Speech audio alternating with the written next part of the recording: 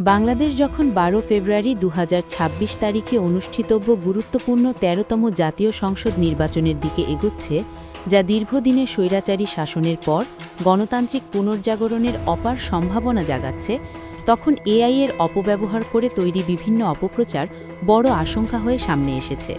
Deepfake, বটবাহিনী এবং generative কন্টেন্টের অপব্যবহার অবাধ, সুষ্ঠু ও অংশগ্রহণমূলক নির্বাচনকে মারাত্মকভাবে ব্যাহত করতে পারে।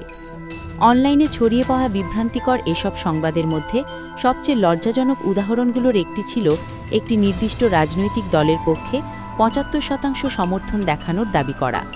বলা হয়, জাতীয় গোয়েন্দা সংস্থাগুলো নাকি নির্বাচনী ফলাফলে সেই দলের প্রায় ৭৫% সমর্থন প্রতিফলিত করবে, যা সম্পূর্ণ মিথ্যা ও বানোয়াট।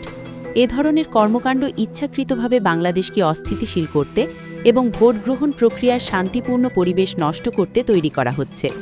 ডিপফেক প্রযুক্তি প্রার্থীদের বক্তব্য বা কর্মকাণ্ড ভুলভাবে তুলে ধরে ভোটের আগের গুরুত্বপূর্ণ ২৪ থেকে ৪৮ ঘণ্টায় বিভ্রান্তি ছড়িয়ে সহিংসতা উস্কে দিতে পারে। বটগুলো ভুল তথ্য ছড়িয়ে জনমতকে প্রভাবিত করে এবং জনগণের আস্থা নষ্ট করে, ফলে কম ডিজিটাল সচেতন ভোটাররা ভুল সিদ্ধান্তে প্ররোচিত হতে পারেন।